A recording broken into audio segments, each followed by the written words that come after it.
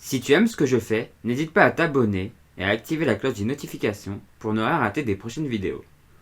Si tu as envie de soutenir mes vidéos, n'hésite pas à mettre un pouce en l'air, à les partager et à les commenter. Si tu as envie de me soutenir financièrement, n'hésite pas à aller regarder une pub sur Utip ou à faire un don. Le lien est dans la description de la vidéo. Sur ce, bon visionnage. Bonjour YouTube, on est avec notre nouvel IMOCA. Je vous le présente, mon nouvel IMOCA. Alors c'est le deuxième, j'aurai 2 IMOCA à partir de maintenant, parce que j'ai des projets qui font qu'il me faut 2 IMOCA, donc j'aurai 2 IMOCA. Et on va quitter, un jour je devrais personnaliser un IMOCA. Ouais, alors je suis avec Mathis, il y a Mathis qui me parle dans le chat. On est en live Twitch, et on va débriefer le Vendée Globe, comme je l'avais dit il y a une semaine, en faisant un convoyage. Le bateau est tout neuf, on vient de sortir du canal de Caen-à-la-Mer qui est par là, dans la vraie vie. Et on va rejoindre le port du Havre, qui est par ici. Et donc on est à Ouistreham. Donc on va partir tout de suite, et après on va commencer à parler du Vendée Globe. Alors, on va hisser la grand voile. Alors faut que je mette la pioche, parce que sinon ça passera pas. Alors que dans la vraie vie il y a un chenal pour passer, où tu peux passer. On va hisser la grand voile, drisse de grand voile bordée. Vous verrez du coup les voiles après et tout, hein, vous inquiétez pas.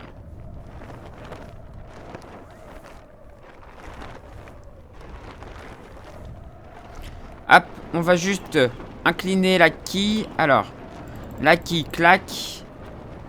Le foil claque. Ça me fait bizarre de renaviguer en IMOCA, hein, clairement. Enfin, la dernière fois que j'ai navigué en IMOCA, ça a été un live de 10 heures, mais bon. Donc, je vais vous montrer tout après, hein, vous inquiétez pas. On va abattre.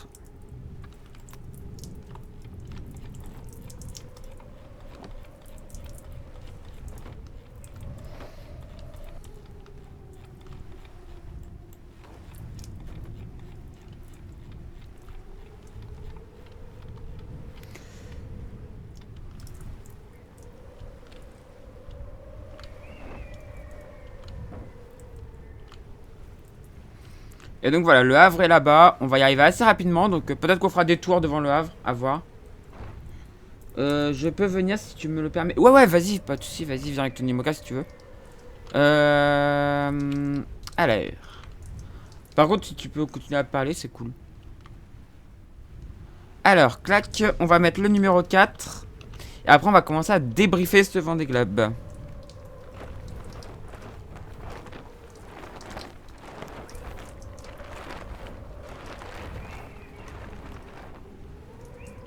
Hop, et on va le dérouler.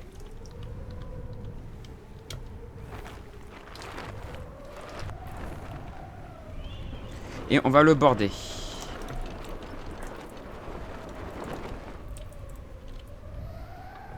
« 22 nœuds. On va faire un petit peu ça pour régler. Ah, il me dit autre chose, lui. Non. Vas-y, règle-toi.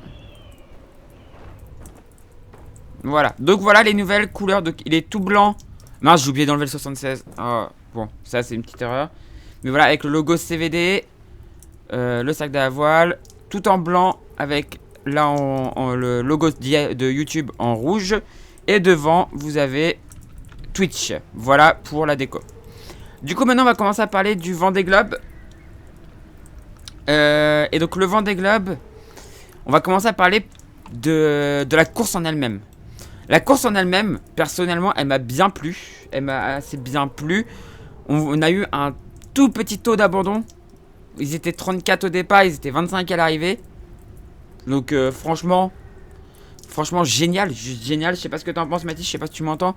Mais franchement, ouais, tout petit taux d'abandon. On avait un peu peur parce qu'il y avait des bateaux assez récents de sortie. Par exemple, l'Occitane a réussi à finir. Comment tu as fait pour mettre Toria la chaîne en verticale sur la GV? C'est qu'avec du paint. Donc il faudra que je fasse un tuto là-dessus. Donc ouais, on a eu un Vendée Globe avec très peu d'abandon. Ça c'est une super bonne nouvelle. Beaucoup de bateaux ont fini.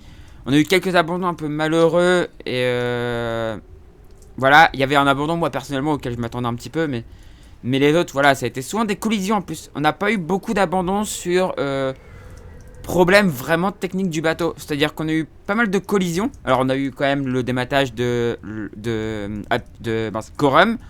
On a eu...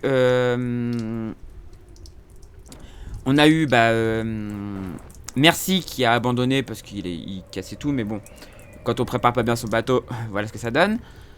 Et puis les autres, bah, c'était souvent des collisions. Et ça, je me dis que ces problèmes-là, dans un futur relativement proche, ils peuvent être réglés. Ils pourront sûrement être réglés parce que le système Oscar, dont on a beaucoup parlé, bah, risque de beaucoup mieux fonctionner. Donc je pense que c'est des problèmes. Les gens s'agitent un petit peu sur les foils. Ouais, ils raclent très loin. Mais... pour moi, le problème pourrait être réglé avec le système Oscar. Autre chose, ça a été quand même très disputé. Donc on pensait, moi personnellement, je pensais vraiment qu'avant le départ que les dérives droites ne tiendraient pas. Ne tiendraient pas la cadence des foilers. Ils m'ont fait clairement mentir. Donc ça a été une chose. On voit que maintenant le Vendée Globe, enfin sur cette édition là, les bateaux plus anciens avec un plus petit budget, bah, ont pu se battre pour des belles places. Alors ça dépend d'où tu te places. Il y en a qui vont trouver ça bien, il y en a qui vont trouver ça un peu moins bien. Personnellement, étant pour la technologie, ça me... voilà. Ça risque de freiner un peu la technologie et personnellement, ça me plaît pas énormément. Mais c'était cool quand même à voir. Du coup, il y avait de la bataille, il y avait... voilà, c'était plutôt cool. Comme Pip Air. Ouais, Pip Air, alors Pip Air elle était quand même un peu derrière, mais avec un tout petit budget, elle a réussi à faire quelque chose de franchement bien. Et elle se battait avec des bateaux plus récents qu'elle. Donc, ouais, Pip Air, ouais, par exemple.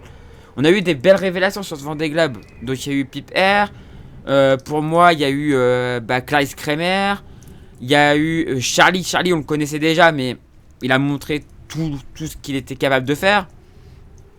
Yannick Bestaven qui gagne le Vendée Globe alors que... en 2008, il abandonne au bout de quelques heures. Et plein de gens qui se sont révélés. Et franchement, ouais, il y a eu beaucoup de révélations sur ce Vendée Globe. Beaucoup de gens qu'on n'attendait peut-être pas et qui sont sortis de l'ombre comme ça. Qui on a vu d'autres qui a vraiment bien sorti son jeu. Bah, Benjamin Dutreux qui a fait une course juste sublime. Benjamin Dutreux, Gros Papicile, mince, j'ai oublié son nom. Damien Seguin. D'ailleurs, je connais pas tous les noms par cœur, des fois j'ai un petit peu de mal. Damien Seguin qui a fait aussi une course. Bon, Jean Le Cam, on le connaissait, mais voilà, il a fait aussi une course juste de folie. Enfin voilà, on a eu vraiment une course, mais passionnante. Malheureusement, elle s'est finie d'une manière que moi, avec lequel moi j'ai un peu de mal. Les victoires surcompensent. C'est vrai que j'ai toujours un peu de mal. C'est un avis très personnel, mais je sais qu'il y en a qui vont me tuer pour ce que je vais encore dire, mais je pense, mon intime conviction, c'est que Yannick Bestaven, qu'il ait sauvé ou pas Kevin Escoffier, il aurait été au même endroit. Au pire des cas, il se serait fait juste rattraper. Il aurait juste été rattrapé dans la zone de transition. Vous savez, quand il a remonté l'Atlantique là. Il se serait fait rattraper là, mais il aurait été au même niveau. Il se serait pas fait doubler, mais il se serait fait rattraper. Et donc, du coup, ça aurait fini en bord à bord. Mais pour moi, il aurait pas été beaucoup plus loin. Il y avait vraiment aucun moyen de s'échapper. Donc, une victoire qui se finit comme ça, c'est un petit peu virtuel pour moi. Après, c'est un avis. Pour moi, les compensations, il faudrait que ça finisse comme l'a dit Thomas Ruyant, ça serait un ex-aequo. On va reparler justement après de la médiatisation parce que ça a été un peu un petit problème avec la médiatisation, ça. On va en parler un peu plus tard. Mais ouais, sinon la fiabilité des bateaux était énorme. C'est vrai, bah oui, c'est vrai. La fiabilité des bateaux, elle était énorme. La préparation des mecs était très bonne aussi. On a vu qu'ils savaient bien réparer leur bateau. Par exemple, je pense à Charlie qui répare sa cale, qui finit quand même, alors qu'il a passé très longtemps à réparer sa cale. C'était quand même un gros problème. Il a réussi à réparer, donc c'est vraiment une très bonne chose. Et voilà. On a eu un Vendée Globe aussi avec des conditions très particulières. Je sais pas ce que t'en penses toi, Mathis. On a quand même eu un Vendée Globe avec des conditions très particulières. La grosse dépression là, quand ils ont descendu à l'Atlantique Nord, la dépression tropicale, c'est rare quand même de s'en prendre une à ce moment-là. Pas beaucoup d'alizés. Enfin, vraiment des conditions cette année assez particulières. Et notamment la porte des glaces qui a apporté des mers du sud très molles quand même. Assez molles. Il n'y a pas eu beaucoup d'énormes tempêtes. Ils n'ont pas eu beaucoup de vrais suds, j'ai l'impression. Donc on va régler un petit peu. Pas eu pour moi, la préparation mentale a bien servi pour comme Jérémy. Ouais, on va en parler un peu de Jérémy après. Mais pas beaucoup de grand sud, du vrai grand sud avec de la houle et tout. Ils ont beaucoup eu de molles, quoi. Ils ont eu énormément de molles, de zones de pétales et tout. Donc c'est un peu le problème de la zone des glaces. C'est hyper sécuritaire, c'est vachement bien pour la sécurité. Par contre, niveau météo, c'est très gênant, quoi. C'est extrêmement gênant pour la météo. Donc à voir un peu s'il n'y aurait pas une solution assez sécure, mais pas aussi gênante que celle-là. Avant, à une époque, il y avait les portes des glaces. Le problème des portes des glaces, c'est que entre deux portes des glaces, les bateaux redescendaient, quoi. Oui, la météo était très différente d'il y a 4 ans. Bah ouais, il y a 4 ans, si on avait eu les conditions d'il y a 4 ans, les foilers de dernière génération, ils partaient par devant et c'était au revoir, quoi. Les non-foilers, c'était au revoir, quoi. Il n'y aurait pas eu la bataille qu'on a eu là, quoi. Alors certains vont dire c'était cool qu'il y ait eu la bataille, c'est vrai que c'était cool. Mais voilà, faut relativiser en fait. Les gens commencent à dire ouais, vous voyez, construire un bateau neuf, ça sert à rien. Je suis pas spécialement d'accord avec ça. Parce qu'on a eu un Vendée Globe, comme je viens de le dire, très particulier. Si on n'avait pas eu un Vendée Globe particulier, franchement, on ne revoyait pas les non-foilers, quoi. Les non-foilers disaient au revoir aux foilers au départ et c'était bon, quoi. Mais là, on a eu un Vendée Globe particulier, donc du coup, je suis pas spécialement d'accord pour dire que... Je suis plutôt de l'avis encore de Charlie qui dit que pour gagner le Vendée Globe, faut un bateau neuf. Et c'est pas parce que cette année, c'est pas un bateau neuf qui a gagné que je vais penser l'inverse. Il y a quand même une petite nuance. Voilà, on a eu des conditions très particulières. Mais dans les conditions d'il y a 4 ans ou dans les conditions d'il y a 8 ans, les non-foilers n'avaient aucune chance. Voilà. Juste pour le dire, les non-foilers n'auraient eu aucune chance. Notamment, je repense à il y a 8 ans, quand François et Armel se sont échappés. Ça aurait été des conditions parfaites pour les foilers, hein. C'était mer plate. Ça bombardait c'était des dive droite à l'époque. Ils tapaient déjà des moyennes pas possibles. Je pense que là, les foilers sur ces conditions-là, j'aurais pas aimé être sur un non-foiler à ce moment-là, quoi. Mais je pense clairement que on a eu des conditions très particulières, donc à voir. Une petite déception que j'ai eue, c'est j'aurais adoré voir ce qu'aurait donné Hugo Boss et Arkea Paprec dans les mers du Sud. Parce qu'on avait un problème là, il y avait un problème sur les IMOCA, sur les derniers IMOCA qui sont sortis. C'est les foils qui sortent très loin sur le côté et donc ils avaient extrêmement de mal à réduire la puissance des bateaux. Ils avaient extrêmement de mal à calmer les bateaux. La technique d'Arkea et de Hugo Boss, qui étaient en fait des foils un peu en C comme j'ai là, ça aurait été peut-être une bonne solution pour justement bien réduire la puissance. Et j'aurais bien aimé voir ce que ça allait donner. Malheureusement, ils n'ont pas été dans les mers du Sud. Pour moi, le bateau idéal pour dans 4 ans, on va parler un peu de dans 4 ans. Le bateau idéal dans 4 ans, pour moi, c'est un mélange entre l'Occitane pour son étrave, le cockpit d'Apizia qui est fermé, mais pas trop, pas comme Hugo Boss, et les foils de soit Arkea Paprec, soit Hugo Boss. Donc des foils qui seraient faciles à réduire. Sachant qu'en plus, il y a une nouvelle réglementation. Les foils ont une certaine... Alors je sais pas si ça va être réglementé en longueur de foil ou en largeur du bateau. Si c'est réglementé en longueur de foil, on va peut-être pas y gagner comme ça. Par contre, si c'est réglementé en largeur de bateau, tu fais des grands foils vers le bas que tu peux réduire parce qu'ils sont parce que tu peux les remonter comme là, quoi. Et là, je pense que tu peux avoir un très bon bateau avec ça. Mais je pense que dans 4 ans, je pense que c'est à peu près vers ça que ça va se diriger. Mais j'ai déjà hâte de voir les premiers bateaux pour 2024. Les premiers bateaux neufs pour 2024, j'ai hâte de les voir. Et on en a parlé dans le dernier Actu Large et ça commence déjà à bouger. Donc vraiment hâte de voir ce que ça va donner. Les autres points positifs de ce Vendée Globe, ça a été la médiatisation. Alors qu'on voit Mathis qui est juste là derrière.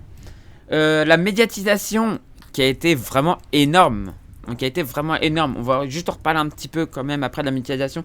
Du côté négatif, parce qu'il y a encore eu il y a encore eu quand même des petits problèmes, je trouve. Mais la médiatisation a été énorme. Ça a été très suivi. Ça a été vraiment, voilà. On a suivi le Vendée Globe. Les gens ont pu suivre le Vendée Globe. Ça en parlait aux infos. Ça en parlait vraiment un peu partout. Et ça fait vraiment plaisir. Une de l'équipe sur Jean Le Cam, par exemple. Oh, attendez, je mets juste la lumière. Hop. Une de l'équipe sur Jean Le Cam. Enfin, voilà, on a vraiment eu beaucoup de choses de dites. Et franchement, ouais, c'était un très beau Vendée Globe, très bien suivi. Malheureusement, je vais parler tout de suite du point négatif de la médiatisation. Le point positif, c'est que ça a ramené aussi un petit peu ce que vous connaissez oui, je trouve que le Vendée Globe, Vendée Live était très pratique pour suivre la course. Ouais, c'était très pratique. Alors, on va parler un peu du Vendée Live aussi parce que bon, voilà, quand on va parler de la médiatisation, on va parler un peu de tout ça. Mais la médiatisation était bien, mais ça a ramené, vous connaissez dans le foot les footix. Bah moi j'ai trouvé une nouvelle catégorie, les voilix, qui ont un avis sur tout, qui n'acceptent pas l'avis des autres, et qui t'insultent dès que tu as un avis différent, qui ouvrent leur bouche alors qu'ils y connaissent rien.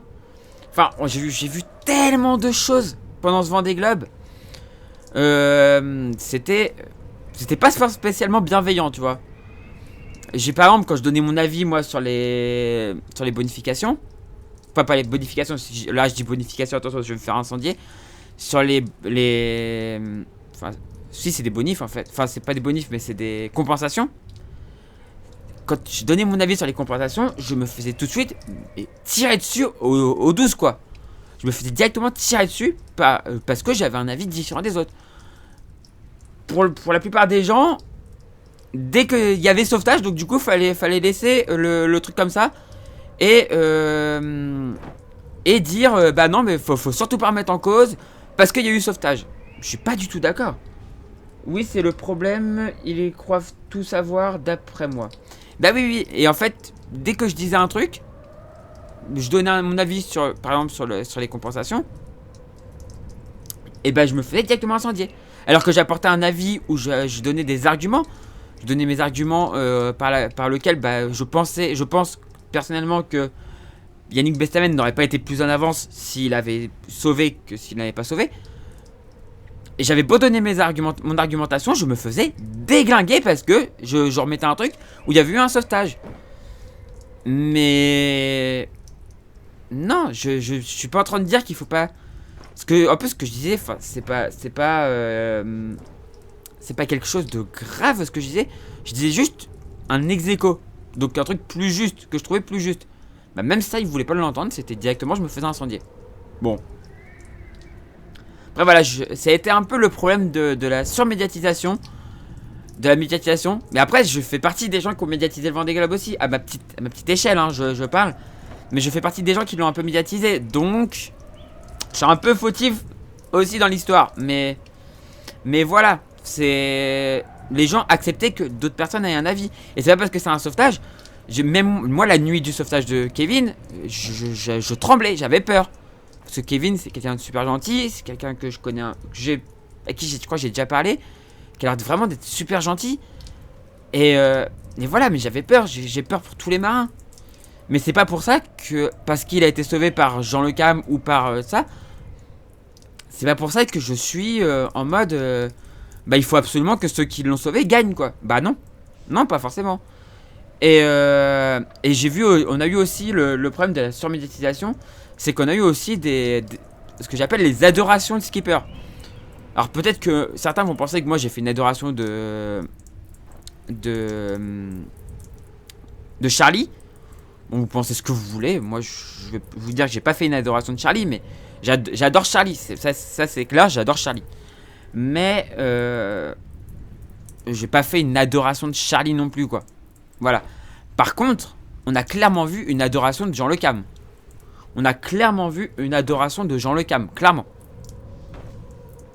que Jean Le Cam, c'était... Ah, le roi Jean, faut qu'il gagne, le roi Jean.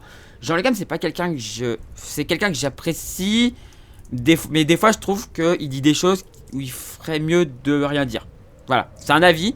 Surtout quand on voit ce qui lui est arrivé pendant le Vendée Globe, qu'il a failli péter son bateau en deux.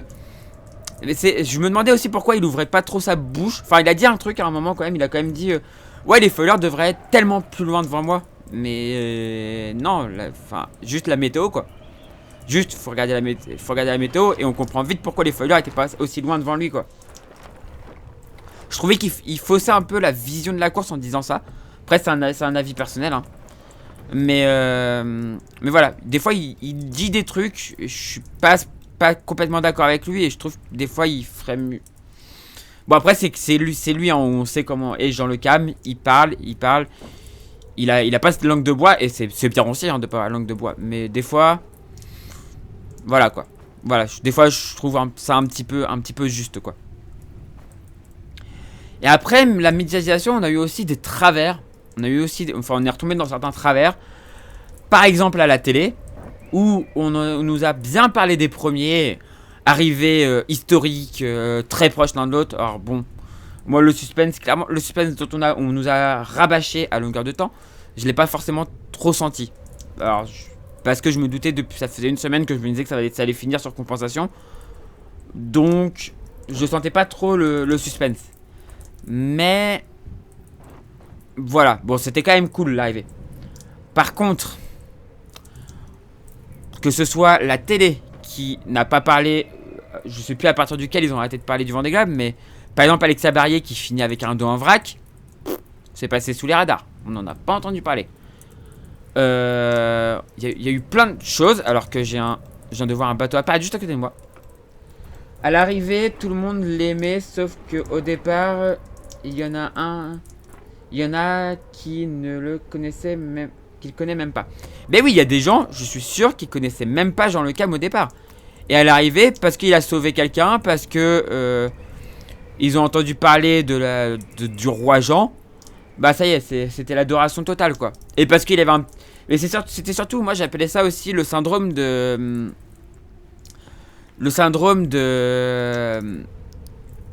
de la jalousie, enfin pas de la jalousie, mais...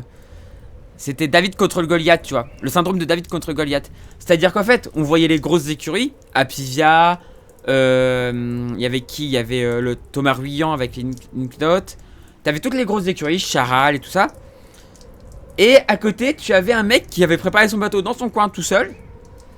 Et qui arrivait à tenir la dragée à des grosses écuries. Et ça faisait super plaisir aux gens parce que les gens étaient en mode regardez, les gros sponsors qui dépensent des millions pour essayer de gagner le Vendée Globe, bah ils se font tenir par un mec qui a pas beaucoup d'argent, tu vois. Et ça fait archi plaisir à beaucoup de gens. Moi ça me fait pas plaisir, mais ça fait archi plaisir à beaucoup de gens.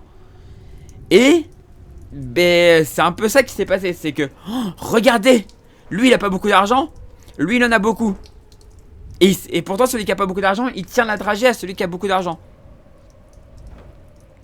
Donc du coup, c'est un peu ça qui s'est passé pour moi. C'était un peu le syndrome de David contre Goliath. Vraiment, je pense vraiment au syndrome de David contre Goliath. Donc, c'était un peu complexe. On va faire une petite vue du bateau par l'extérieur. Voilà, petite vue du bateau extérieur. Et on va continuer à parler du Vendée Globe. Dans la médiatisation aussi, on a eu la médiatisation du coup par l'organisation. Donc les Vendée Live. Alors les Vendée Live, c'était... Alors, le truc c'est qu'en fait le Vendée Live était diffusé à la télé d'après ce que j'ai compris. Donc, d'un côté c'est plutôt pas mal. Mais parce qu'il y a un mais, j'ai trouvé quand même qu'il y avait du coup les côtés perverses de la télé. C'est la fin que je n'ai pas aimé. De quoi la fin que tu n'as pas aimé? Ah oui, la fin du Vendée Live, on va en parler justement. Donc le Vendée Live, franchement ouais, il y a eu des côtés perverses de la télé qui sont arrivés dedans. Et du coup ça a tué un peu ce rendez-vous qui est quand même un truc très important dans le Vendée Globe. Et ça l'a un petit peu dégommé, quoi. On va prendre une petite photo juste pour la miniature. Alors, hop. Voilà. Ça a un petit peu tué ça a un peu tué le truc. Et je trouve ça dommage. Notamment, ça coupait souvent la parole au skipper. Très souvent. Et je trouvais ça d'une impolitesse monstrueuse. Mais vous savez pourquoi ça coupait la parole au skipper? Parce qu'on était en télé. Et en télé, il y a un temps donné pour une émission. Et tu n'as pas le droit de dépasser le temps. Enfin, tu dois pas dépasser de beaucoup de temps. Il y en a qu'un qui se permet de le faire, c'est sur C8. Et on connaît tous tout le monde connaît son nom. Oui, je suis du même avis. En fait, voilà, ça coupait la parole parce que il y avait un temps de télé à respecter. Il y avait un temps d'émission à respecter. Ah, on passe sous tourmente. Il y avait un temps de télé à respecter. Et donc, du coup, il fallait surtout pas dépasser ce temps-là. Alors qu'on est à 27 nœuds, c'est cool. Il fallait surtout pas se dépasser ce temps-là. Et donc, bah, on a eu un peu le côté vraiment perverse. Ça coupait la parole, ça parlait vite. C'était... Et puis surtout, ça faisait des transitions des fois. Oh, c'était vraiment... j'ai trouvé ça trop télé, quoi. Vraiment. Je suis pas un grand fan de la télé. Et là, j'ai trouvé que le Vendée Live était très télé, en fait.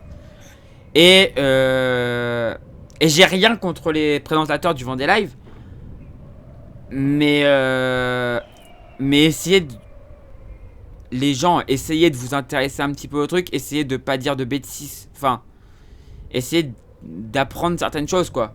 Parce que bon, quand on dit VHS au lieu de VHF, je suis désolé, mais il y a un moment... voilà, quoi. Je suis désolé, mais c'est compliqué, quoi.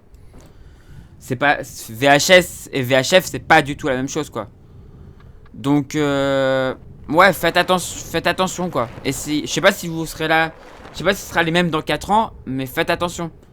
Et surtout, alors là, ça c'était le truc qui m'a le plus mis en rage sur le Vendée Live.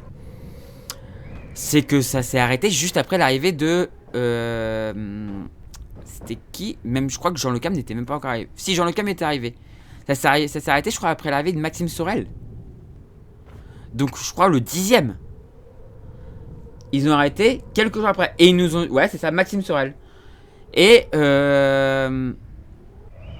ils ont arrêté juste après, quoi. C'est-à-dire que tous les autres, ils ont pas le droit à leur... Enfin, ils ont le droit à des lives d'arrivée. Mais la médiatisation, voilà, aura des pâquerettes. J'ai trouvé ça. Et le pire, c'est qu'ils nous ont dit... C'était prévu. Pour s'excuser, ils nous ont dit, mais en fait, c'était prévu depuis longtemps. C'est-à-dire que les mecs sont tellement pas prévoyants que si les premiers avaient mis quelques jours de plus, même les premiers n'auraient pas eu le droit à un Vendée Live à l'arrivée.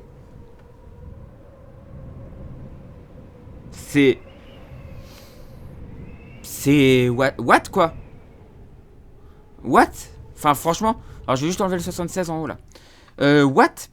Enfin, c'est compliqué. Non, c'est pas ça. C'est compliqué, du coup.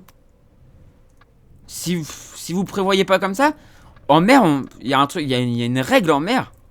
C'est on sait quand est-ce qu'on part, on sait pas quand est-ce qu'on revient. Et surtout quand on part sur un... Pour moi, c'est du déshonneur. Mais j'arrive pas jusque là, mais en mer, on sait quand est-ce qu'on part, on sait pas quand est-ce qu'on revient. Donc franchement, enfin, j'ai pas trouvé ça réglo, quoi. Et j'ai vraiment trouvé ça dommage. C'est dommage de la part d'une direction, enfin d'un organisateur. En plus, c'est un tour du monde. C'est pas comme si c'était une transat. On sait à peu près. Qu'est-ce qu'il me fait? On sait à peu près, au départ d'une transat, on sait à peu près quand est-ce qu'ils vont arriver. Donc on peut prévoir. Mais un tour du monde, c'est un tour du monde. On sait pas quand est-ce qu'ils partent. On sait quand est-ce qu'ils partent, on sait pas quand est-ce qu'ils reviennent. Donc dire, ah bah on pense qu'ils vont faire ça, donc on cale jusque là. Mais non. Non, bah, j'espère que dans 4 ans ils régleront ce problème là. Mais franchement, j'ai pas trouvé ça j'ai pas trouvé ça top, quoi. J'ai pas trouvé ça top. Alors que YouTube, on a 29 minutes de vidéo. Ce que je propose, on va faire ça en deux parties finalement. Et vous aurez la deuxième partie demain. Donc on va couper là la première partie ici. Et on va continuer cette traversée en parlant du Vendée Globe. Alors au début j'avais prévu un truc structuré. En fait on parle un peu comme ça. Donc voilà. Donc première partie de 30 minutes. Et on fera une deuxième partie qui sera peut-être un peu plus courte, on verra. Mais de toute façon on va quand même aller jusqu'à l'arrivée. Comme ça vous vivrez aussi un peu la petite traversée qu'on fait là avec le nouvel Imoca. Voilà. Bah du coup à tout de suite YouTube.